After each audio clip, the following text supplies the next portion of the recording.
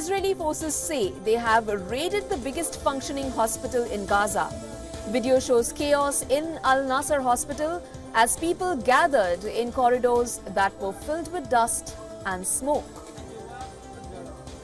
Israeli military described the raid on Nasser hospital as precise and limited and said it was based on credible information that Hamas militants were hiding in the facilities. A spokesperson for Hamas called Israel's claims as lies. Health authorities in the Hamas-run enclave said Israel had forced out displaced people and families of medical staff sheltering in Nasser hospital.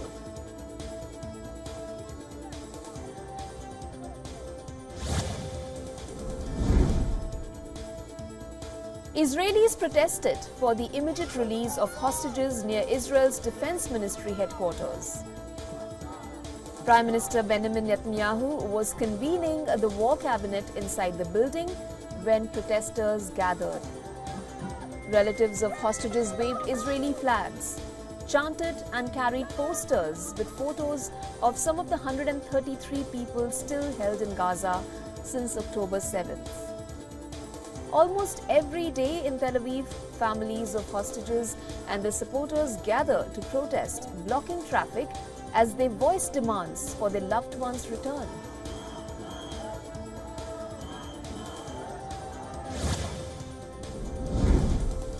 Brazilian President Lula da Silva announced that his government will make a new contribution to the UN Palestinian Refugee Agency, UNRWA.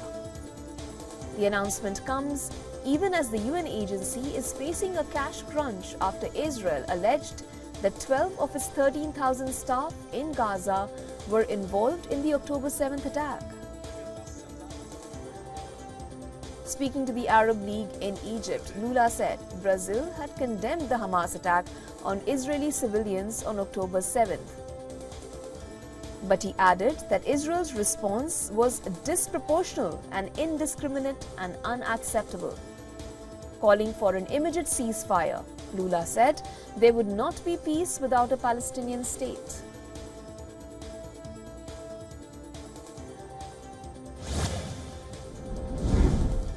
Satellite images show construction work is underway near Egypt's border city of Rafah that adjoins Gaza Strip. Images provided by Maxar Technologies show dozens of bulldozers and construction equipment clearing land in the area near the border with Gaza. Rafah, which is the southernmost city of Gaza, is home to 1.4 million Palestinians who have fled Israeli airstrikes and ground offensive in the north. Israel has said it will soon expand the ground assault on Rafah.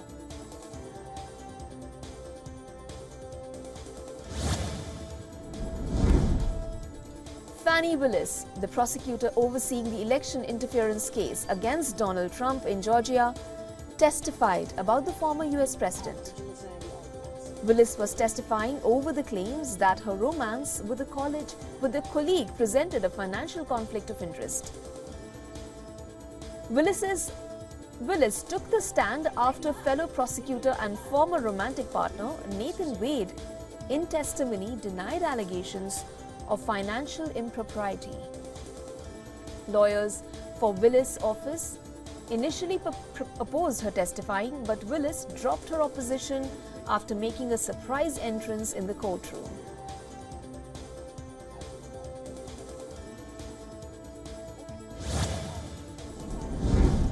A vigil was held in Kansas City after a quarrel sparked the shooting spree that killed a woman and wounded 22 people. The city was celebrating the city's NFL Super Bowl victory. Officials have ruled out any apparent link to extremism. 3 people, including 2 minors, were detained as subjects in the investigation. A day after gunfire erupted in the vicinity of the city's historic downtown rail station.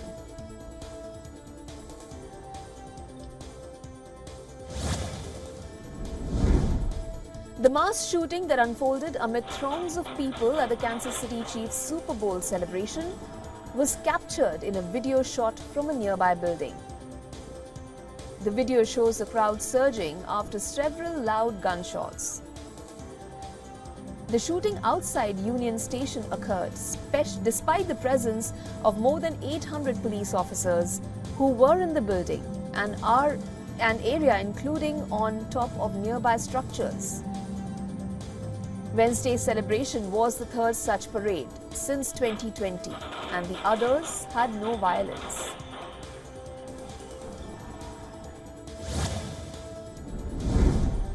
Emergency staff were rushed to a metro station in Washington, D.C. after a fire broke out, causing chaos. A video captured the moment where smoke was spreading from inside the metro station in Washington, as people were seen running out of the station and headed for the exit. The fire has since been extinguished and train operations have been resumed.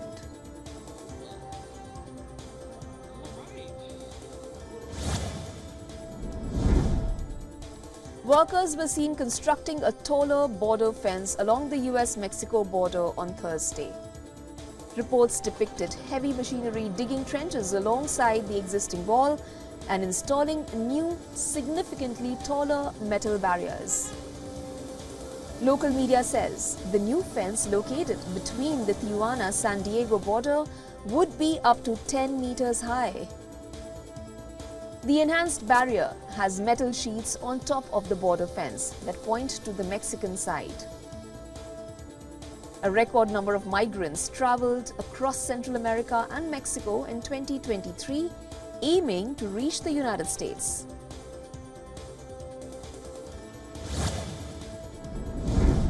US Secretary of State Antony Blinken arrived in Germany to join leaders at the Munich Security Conference.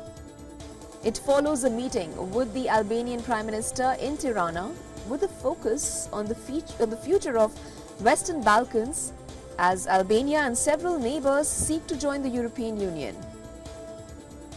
Now, long regarded as a celebration of the US-led post-World War II international order, the Munich Security Conference this year will be more of a reflection of America's political turmoil.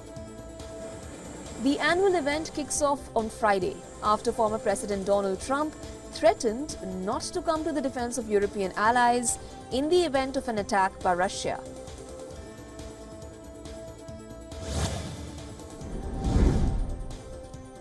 Senior US officials cautioned against a Russia-related national security threat.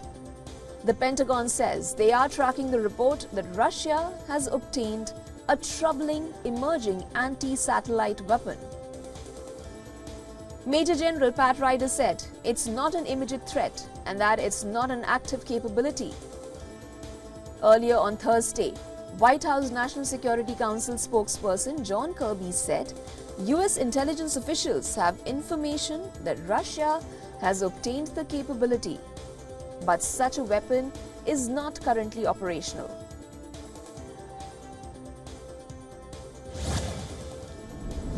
Russian President Vladimir Putin says Russian families must produce at least 2 children for the sake of the nation's ethnic survival. Putin added that families should produce 3 or more children if ethnicity is to develop and thrive. Now, Russia has suffered heavy but undisclosed casualties since launching its war in Ukraine nearly 2 years ago. Hundreds of thousands of people have fled the country in the same period. Putin told employees at a tank factory in the Urals region that 2 children per family was the minimum number if the peoples of Russia were to preserve their identities.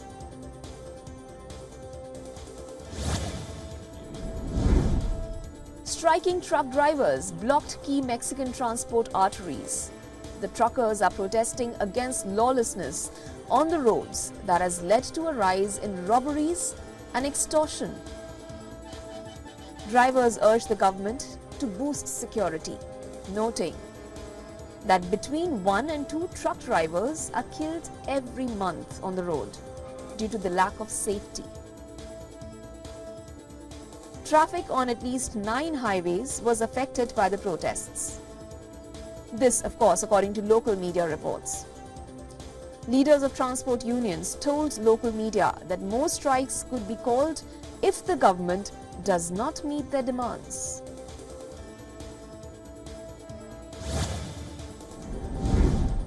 The Venezuela's government has asked staff from the United Nations human rights body to leave the country within 3 days.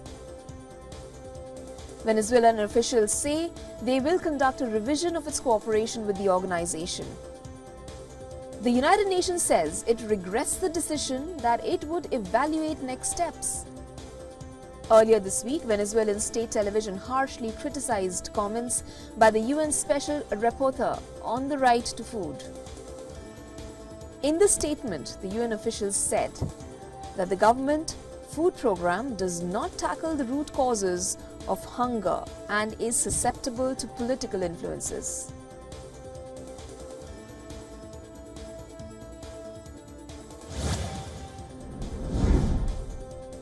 Greece's parliament approved a bill allowing same-sex civil marriage.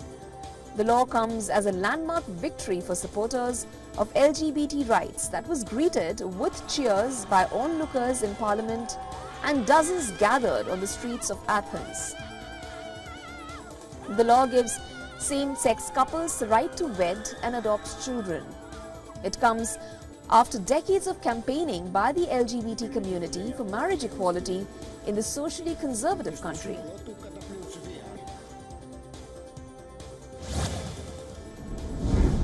British Prime Minister Rishi Sunak met with Jordan's King Abdullah X on the 10th Downing Street. Well, the visit is part of Jordan King's diplomatic tour. On Monday, King Abdullah traveled to Washington to meet US President Joe Biden, where the two leaders discussed the situation in Gaza. Abdullah is due to meet France's President Emmanuel Macron later today at the al-Sisi Palace in Paris. The two leaders are expected to talk about helping resolve the Gaza conflict, the al-Sisi Palace said.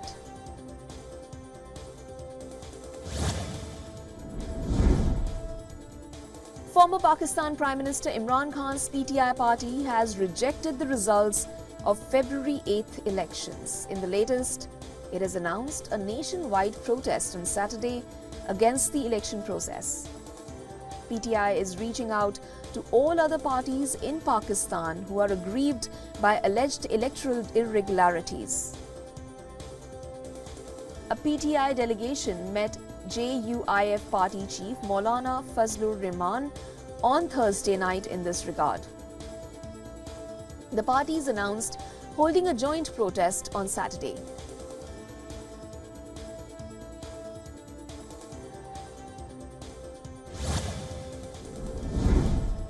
"37 farmers groups in India have called for a nationwide strike in rural areas as thousands continue to march to Delhi. The farmers are demanding a legal guarantee on minimum support prices for their crops from the government, among other demands. A third round of talks with the central government has ended in a stalemate. Farmer leader now urge an intervention on part of Prime Minister Narendra Modi to address the farmers' issues, adding that they would like to resolve the issues amicably. Thousands of farmers are camping at the Punjab-Haryana border, where they were stopped by the police 3 days ago.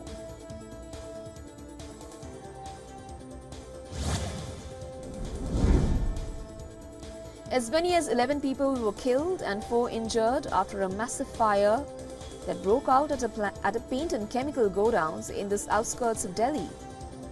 The identity of those killed is yet to be ascertained.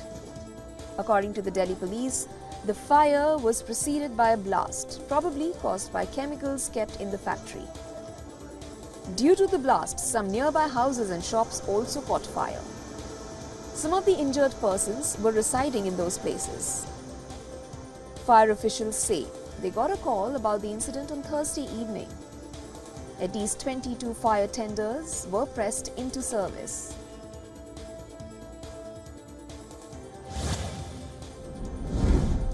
Australian authorities cordoned off areas in several parks in Sydney after the discovery of asbestos in mulch, while schools began precautionary testing as the government scrambled to remove the toxic material from public places.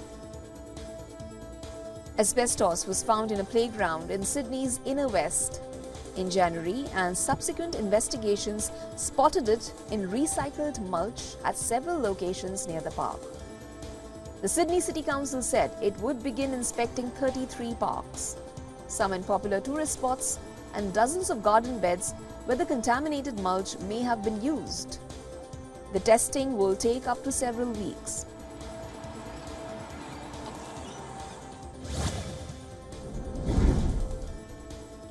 Climate activists barged into Canadian Finance Minister Chrystia Freeland's Toronto office. They are demanding the government to announce climate-related regulation for banks in its budget of 2024. Greenpeace activists wearing blue jumpsuits and carrying sleeping bags staged a sit-in protest in Freeland's office while the minister was not present. Canada's largest banks have been accused of greenwashing by some environmental groups and investors.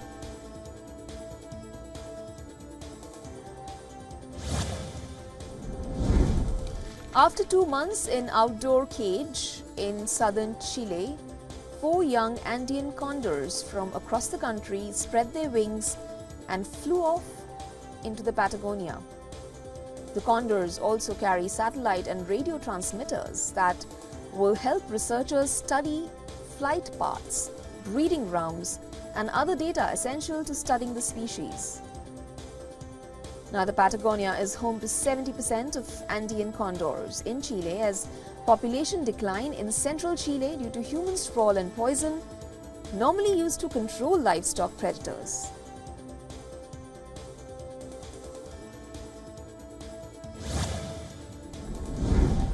To the rhythm of the wedding march, dog couple Coco and Dolly walked up the aisle in a unique wedding ceremony in Lima. The poodle dogs, dressed as bride and groom, were joined in holy matrimony in a symbolic ceremony where they stamped their paws prints on the marriage certificate.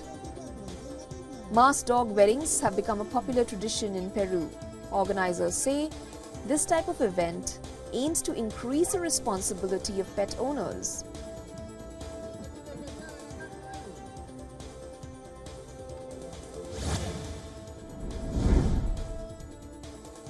As spring approaches, wildflowers erupt across Israel, a brief splash of color before the punishing West Asian summer. Nowhere is the display more dramatic than in southern Israel near Gaza, where brilliant red anemones burst forth with intensity that rolling hills seem to be smothered in red carpets. This year, even as explosions ring out across the fields and tanks churn through the earth as the war in Gaza drags into the 5th month, the red flowers have burst forth with intensity.